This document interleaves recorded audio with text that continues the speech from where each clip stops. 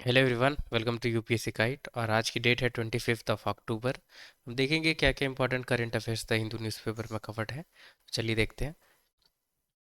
तो सबसे पहले ये एक इमेज आई है जहाँ पे साइक्लोन दाना के बारे में मेंशन की गई है। ठीक है, तो हम साइक्लोन्स के बारे में सारी चीज़ें देखेंगे कि साइक्लोन्स क्या होती हैं, ट्रॉपिकल साइक्लोन्स क्या है और टेम्परेट साइक्लोन्स क्या है, कौन कौन सी नेम से जानी जाती है साइक्लोन्स अलग अलग रीजन में। तो ये सारी चीज़ें हम देखेंगे। चलिए देखते हैं। सबसे पहले तो हमें पता होना चाहिए कि अर्थ पे कितने टाइप की विंड्स हैं। तो 4 टाइप की विंड्स को अभी तक क्लासिफाई किया गया है अर्थ पे। पहली तो है परमानेंट विंड्स, जिसके अंदर ईस्टर्लीज या वेस्टर्लीज आती हैं। दूसरी है पीरियोडिक विंड्स, जिसे हम मानसून विंड्स के नाम से जानते हैं। थर्ड है लोकल विंड्स, जैसे कि लू, हबूब, बोरा एक्सेट्रा है। ठीक है, बहुत सारी ऐसे लोकल विंड्स हैं। और फोर्थ है वेरिएबल विंड्स। अब जो वेरिएबल विंड्स अर्थ पे हैं, इसी के अंदर आती है साइक्लोन्स। तो आपको याद रखनी है। डायरेक्ट स्टेटमेंट में पूछी जा सकती है आपसे कि साइक्लोन्स पार्ट है वेरिएबल विंड्स की। या अगर बहुत इजी क्वेश्चन पूछनी होगी तो ऐसे मैच द फॉलोइंग में आपसे पूछ सकती है, जैसे कि मैंने यहाँ पे इस ऑर्डर में यहाँ मेंशन किया हुआ है। तो हमें पता होना चाहिए कि वेरिएबल विंड्स के अंदर आती है साइक्लोन्स। वैसे ये ईस्टर्लीज वेस्टर्लीज ये सब आपको बहुत डिटेल में पढ़नी होगी ज्योग्राफी में, क्योंकि इंपॉर्टेंट है। पढ़ेंगे आगे। अब साइक्लोन्स क्या है, तो अभी जस्ट हमने देखा कि ये वेरिएबल विंड्स है। ठीक है, जहाँ पे साइक्लोन्स में बहुत बड़ी एक एयर मास होती है जो लो प्रेशर सिस्टम पे काम करती है और लो प्रेशर सिस्टम के अराउंड ये रोटेट करती है। तो ये जो जहाँ भी मेरी कर्सर आप देख रहे हैं, ये लो प्रेशर वाली एरिया है। ठीक है, और बाहर हाई प्रेशर वाली एरिया है। अब हम देखेंगे कि दो टाइप की क्लासिफिकेशन है साइक्लोन्स की उसे। तो सबसे पहले है टेम्परेट साइक्लोन्स। अब टेम्परेट साइक्लोन्स कहाँ आती हैं, तो याद रखनी है मिड लैटिट्यूड्स। जो दोनों हेमिस्फीयर्स हैं अर्थ के, उसकी मिड लैटिट्यूड में साइक्लोन्स, टेम्परेट साइक्लोन्स हम देख सकते हैं। और दूसरी क्या है साइक्लोन्स की क्लासिफिकेशन, तो ये है ट्रॉपिकल साइक्लोन्स। अब नाम ही से आप समझ सकते हैं कि जो ट्रॉपिक ऑफ कैंसर और ट्रॉपिक ऑफ कैप्रिकॉन, राइट, ये दोनों वाली एरिया में जहाँ ऑरिजिनेट होगी साइक्लोन्स, उसे कहा जाता है ट्रॉपिकल साइक्लोन्स। नाम से ही हम समझ सकते हैं। अब हम देखेंगे ट्रॉपिकल साइक्लोन्स के बारे में, क्योंकि ट्रॉपिकल साइक्लोन्स ही हमारी यूपीएससी के लिए बहुत इंपॉर्टेंट है। टेम्परेट भी है कंपैरिजन में, अगर क्वेश्चन फ्रेम होगी तब। पर ट्रॉपिकल साइक्लोन्स इंपॉर्टेंट है। ठीक है, क्योंकि इंडिया वाली रीजन, इंडियन ओशियन रीजन में ट्रॉपिकल ही साइक्लोन्स आती हैं। तो ट्रॉपिकल साइक्लोन्स के बारे में देखेंगे। तो ये सर्कुलर स्टॉर्म है जो रोटेट करती हैं काउंटर क्लॉकवाइज, यानी क्लॉकवाइज की जो घड़ी की जो चाल है उसकी उल्टी दिशा में नॉर्थन हेमिस्फीयर में, और क्लॉकवाइज ये रोटेट करती हैं साउथर्न हेमिस्फीयर में। अब नाम ही है इसकी ट्रॉपिकल साइक्लोन्स, तो कहाँ ओरिजिनेट होगी, तो ट्रॉपिकल रीजन में ये ओरिजिनेट होगी। और साइक्लोन्स जो है, तो यानी ट्रॉपिकल साइक्लोन्स, वो इंटायरली ट्रॉपिकल एयर मास से ये ऑरिजिनेट होती हैं।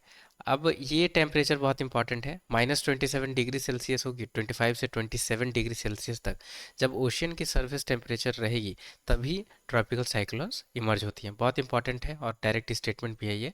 यहाँ पे 25 की जगह पे 45 या 50 करके आपसे यूपी से पूछ सकती है। ठीक है, तो याद रखनी है 25 से 27 डिग्री सेल्सियस अगर रहेगी ओशियन सरफेस टेम्परेचर, तब साइक्लोन्स यानी ट्रॉपिकल साइक्लोन्स ऑरिजिनेट हो गई।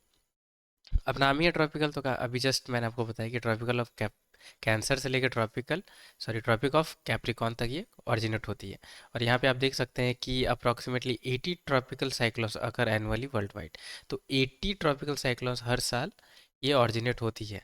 और यूपीएससी के लिए ये इंपॉर्टेंट टॉपिक इसलिए है क्योंकि हर साल आपको द हिंदू न्यूज़पेपर में या बाकी भी पेपर्स में आपको जानकारी देखने को मिल जाएगी साइक्लोन्स के बारे में। ठीक है, तो इसलिए ये इम्पोर्टेंट है।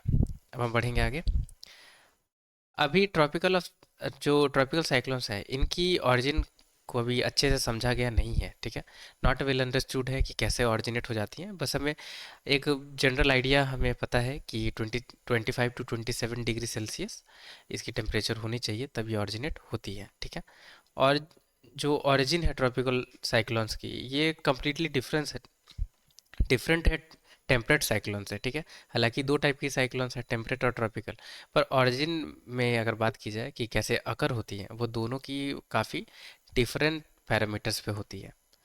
अब कैरेक्टरिस्टिक हम देखेंगे ट्रॉपिकल साइक्लोन्स की, क्योंकि कैरेक्टरिस्टिक पे आपसे यूपीएससी क्वेश्चन पूछ सकती है। या ये जो बेसिक चीज़ आपको मैंने बताई कि क्या ओशन सरफेस टेम्परेचर होनी चाहिए, कहाँ अकर होती है, एनुअली कितनी होती है, राइट, और इनकी नॉर्थ हेमस्फेयर और साउथर्न हेमस्फेयर में कैसे ये रोटेट करते हैं, राइट, सर्कुलर स्टॉर्म है या इलिप्टिकल स्टॉर्म है। तो ये सारी चीज़ें बेसिक है, इस पे पूछ सकती है आपसे, या आपसे कैरेक्टर के बारे में पूछ सकती है, या दोनों को मिक्स करके भी पूछ सकती है। तो आइसोबार सर्कुलर होती है ट्रॉपिकल साइक्लोन्स की, ठीक है, जबकि टेम्परेट की कैसे होती है तो उसकी इलिप्टिकल होती है। डायमीटर ट्रॉपिकल साइक्लोन्स की वेरी कितने से कितने मीटर तक करती है, तो 150 टू 300 मीटर्स, ठीक है, जबकि टेम्परेट की 1600 मीटर्स तक इनकी डायमीटर वेरी करती है। तो ट्रॉपिकल साइक्लोन्स की अगर साइज़ की बात की जाए, अगर डायमीटर साइज़ की बात की जाए तो वो छोटी रहती है, जबकि टेम्परेट बहुत बड़ी होती है, ठीक है। और ट्रॉपिकल साइक्लोन्स में कोई फ्रंट्स नहीं होती हैं, जैसे कि कोल्ड और वार्म फ्रंट्स। अब ये फ्रंट्स क्या होती है, तो लेयर ऑफ एयर मास, ठीक है। ये कोल्ड और वार्म फ्रंट्स हम कहाँ देख सकते हैं, तो हम देख सकते हैं इसे टेम्परेट साइक्लोन्स में, ठीक है। टेम्परेट साइक्लोन्स में कोल्ड वार्म फ्रंट्स की मिक्सचर की वजह से साइक्लोन्स यानी टेम्परेट साइक्लोन्स ऑरिजिनेट होती हैं। पर साइक्लोन्स के बारे में यानी ट्रॉपिकल साइक्लोन्स के बारे में ऐसा कोई भी जानकारी नहीं है, इसलिए यहाँ पे मेंशन है कि कोल्ड और वार्म फ्रंट्स ट्रॉपिकल साइक्लोन्स में नहीं होती हैं, ठीक है। एनर्जी कहाँ से डिराइव करती है ट्रॉपिकल साइक्लोन्स, तो ये लेटेंट हीट्स से एनर्जी डिराइव करती है। वेलोसिटी यानी स्पीड कितनी होती है ट्रॉपिकल साइक्लोन्स की, तो 50 टू 300 किलोमीटर पर आवर ये ट्रैवल करती है, यानी बहुत ही फास्ट ये ट्रैवल करती हैं, जबकि temperate cyclones 5 to 25 kilometre per hour ही ट्रैवल करती है। अब अकर कब होती है ट्रॉपिकल साइक्लोन्स, तो ऑटोनम सीजन यानी समर और विंटर के बीच वाली ये टाइम जो रहती है, राइट, वहाँ ये ऑरिजिनेट होती है। और क्लाउड्स जो रहती हैं ट्रॉपिकल साइक्लोन्स में, ये कुमुलो लिम्बस रहती हैं, ठीक है, याद रखनी है। ये ये एक यूनिक कैरेक्टर है ट्रॉपिकल साइक्लोन से, जो ट्रॉपिकल साइक्लोन्स में जो टेम्परेट साइक्लोन्स से अलग है, ठीक है। और टोरेंशियल रेनफॉल भी प्रोवाइड करती है, बहुत हेवी रेनफॉल भी होने लगती है एक टाइम पे, राइट। बहुत ज़्यादा डिस्ट्रक्टिव है ट्रॉपिकल साइक्लोन्स, बहुत ज़्यादा लाइफ और प्रॉपर्टी को डैमेज करती है ये। ट्रॉपिकल साइक्लोन्स ये सेम चीज़ है कि टोरेंशियल रेनफॉल प्रोवाइड करती है, यानी हेवी रेनफॉल प्रोवाइड करती है। तो ये तो सारी डिटेल्स हैं ट्रॉपिकल साइक्लोन्स के बारे में, राइट। अब हम देखेंगे कि वर्ल्ड में कौन कौन सी एरिया में क्या क्या नाम से ट्रॉपिकल साइक्लोन्स को जाना जाता है, ठीक है। इंपॉर्टेंट है, मैच द फॉलोइंग में आपसे पूछ सकती है यूपीएससी। तीन तरीके से ट्रॉपिकल साइक्लोन्स पर क्वेश्चन आपसे पूछ सकती है। एक तो ये बेसिक चीज़ से पूछ ले आपसे कि आखिर ये वेरिएबल विंड है, राइट, और ये है क्या चीज़। दूसरी चीज़ कैरेक्टर पे पूछे आपसे, या तीसरी चीज़ मैच द फॉलोइंग में ये आपसे पूछ ले कि कौन सी एरिया में क्या नाम से ट्रॉपिकल साइक्लोन्स को जाना जाता है, ठीक है। तो चाइना में टाइफून्स कहा जाता है, जापान में टाइफू, फिलीपींस में बाइकियो, करेबियन सी में हरिकेन्स, ऑस्ट्रेलिया में विली विली, और इंडियन ओशियन में इसे साइक्लोन्स ही जाना जाता है, ठीक है। अब हम देखेंगे टेम्परेट साइक्लोन्स के बारे में, ठीक है। अब ये क्यों जानना ज़रूरी है, क्योंकि कंपैरिजन में क्वेश्चन फ्रेम हो सकती है, इसलिए। तो ये क्लॉकवाइज डायरेक्शन में मूव करते हैं नॉर्दर्न हेमिस्फीयर में, और साउथ और सॉरी काउंटर क्लॉकवाइज डायरेक्शन में मूव करते हैं, यानी घड़ी की उल्टी चाल में ये मूव करते हैं, रोटेट करते हैं नॉर्दर्न हेमिस्फीयर में, और क्लॉकवाइज डायरेक्शन में ये रोटेट करते हैं साउदर्न हेमिस्फीयर में। इनकी जो डायमीटर रहती है वो बहुत ही वाइड रहती है, यहाँ देख सकते हैं 1600 किलोमीटर तक चौड़ी रहती है एक पर्टिकुलर साइक्लोन्स, राइट, जो पूरी यूरोप को कवर कर सकती है। आप देख सकते हैं कितनी बड़ी इनकी डायमीटर है। और आइसोबार इनकी एलिप्टिकल होती है, जबकि अभी हमने ट्रॉपिकल साइक्लोन्स में देखा क्या होती है, सर्कुलर होती है in shape. Speed 5 to 25 kilometres रहती है टेम्परेट साइक्लोन्स की, काफ़ी स्लो है ये। और बहुत ही लाइट शावर रेन देती है, बहुत हल्की हल्की सी रेन होती है जब टेम्परेट साइक्लोन्स आती हैं तो, ठीक है, जो कि बहुत ही बेनिफिशियल है क्रॉप्स और ह्यूमन हेल्थ के लिए। जबकि अभी हमने देखा ट्रॉपिकल साइक्लोन्स, वहाँ तो बहुत ही टोरेंशियल और बहुत ही डिस्ट्रक्टिव हेवी रेनफॉल होती है, राइट, जो कि बहुत डैमेज करती है, क्रॉप्स को डैमेज करती है, ह्यूमन हेल्थ को डैमेज करती है, प्रॉपर्टी को डैमेज करती है, राइट।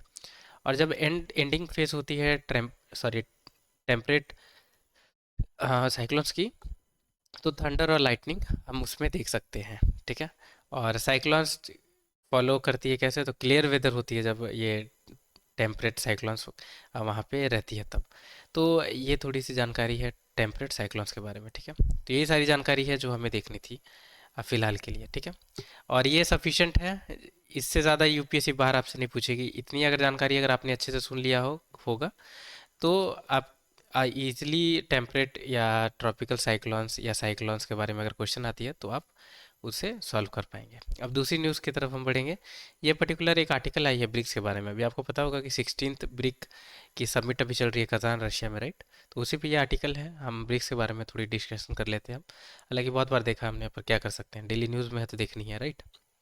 तो ये इंटर गवर्नमेंटल ऑर्गेनाइजेशन है या जियो पॉलिटिकल ब्लॉक है, जहाँ पे एनुअली यानी हर साल फॉर्मल समिट होती है। हर कंट्रीज़, जो भी कंट्रीज़ हैं ब्रिक की पार्ट, वो एक दूसरे के साथ मीटिंग करती हैं, मल्टीलैटरल पॉलिसीज़ पे कोऑर्डिनेशन या डिस्कशन जो भी करनी होगी वो ये करते हैं।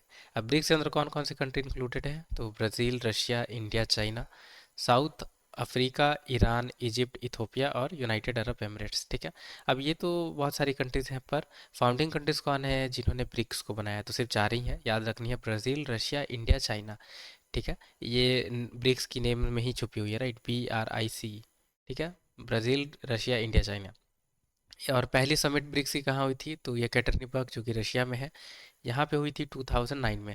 और एक साल बाद यानी 2010 में साउथ अफ्रीका ने ज्वाइन किया है, ठीक है? अब इनिशियली तो पांच ही अभी तक, यानी 2024 से पहले सिर्फ पांच ही कंट्रीज थी ब्रिक के अंदर। कौन थी? तो ब्राज़ील, रशिया, इंडिया, चाइना और साउथ अफ्रीका। पर 2024 में ईरान, इजिप्ट, इथोपिया और यूनाइटेड अरब एमिरेट्स ने भी ज्वाइन किया है ब्रिक्स को, ठीक है? तो ईरान, इजिप्ट, इथोपिया और यूनाइटेड अरब एमिरेट्स यानी UAE, ये चार कंट्रीज हैं जो ब्रिक की पार्ट बनी है 2024 यानी इसी साल, याद रखनी है। ये थोड़ी फैक्चुअल इन्फॉर्मेशन है। 30% वर्ल्ड की लैंड सरफेस को कवर करते हैं ब्रिक्स के मेंबर, और 45% ग्लोबल पॉपुलेशन को। अब ब्रिक्स के बारे में किसने सोचा है? तो ये एक पब्लिकेशन आई थी जिम ओनेली के द्वारा 2001 में, building better global economic brick. वहाँ सबसे पहले ब्रिक टर्म को यूज़ किया गया था। ये कोई कंट्री के द्वारा नहीं दी गई है, आपको याद रखनी है। और ब्रिक्स के द्वारा यानी ब्रिक्स मेंबर के द्वारा न्यू डेवलपमेंट बैंक को भी सेटअप किया गया है 2014 में। और न्यू डेवलपमेंट बैंक की हेडक्वार्टर्स कहाँ है? तो शंघाई, चाइना में है।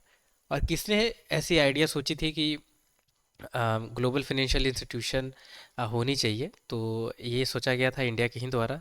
फोर्थ ब्रिक समिट जो दिल्ली में हुई थी 2012 में, वहाँ पे न्यू डेवलपमेंट बैंक को सेटअप करने की बात की गई थी। और ये हमारे लिए बहुत इंपॉर्टेंट है। 16th ब्रिक की समिट 2024 यानी इसी साल जो हो रही है वो कजान रशिया में हो रही है, और ये 16th है, ठीक है? अब क्वेश्चन कैसे यूपीएससी पूछेगी आपसे? नॉर्मल ब्रिक्स के बारे में पूछ ले क्या है क्या नहीं है, ठीक है? पूछ ले आपसे कौन कौन फाउंडिंग मेंबर्स हैं, ठीक है? या आपसे पूछ ले कौन कौन सी कंट्रीज ब्रिक का पार्ट है, या आपसे पूछ ले कि कौन सी कंट्री ने रिसेंटली ब्रिक्स को ज्वाइन किया है, ठीक है? तो ये सारी बेसिक चीज़ें जो पता होनी चाहिए। आज वीडियो बहुत छोटी है इसलिए क्योंकि द हिंदू न्यूज़पेपर में खास कोई जानकारी हमारी यूपीएससी प्रीलिम्स के लिए नहीं है, बस यही दो इम्पॉर्टेंट थी न्यूज़पेपर में कवर टॉपिक, ठीक है? तो मिलते हैं कल की डेट में। अगर कुछ आपने सीखा है तो वीडियो ज़रूर लाइक करें। चैनल पे नए हैं, अभी तक सब्सक्राइब नहीं किया है तो चैनल भी ज़रूर सब्सक्राइब करें। टिल द टाइम के लिए take care, have a great day ahead.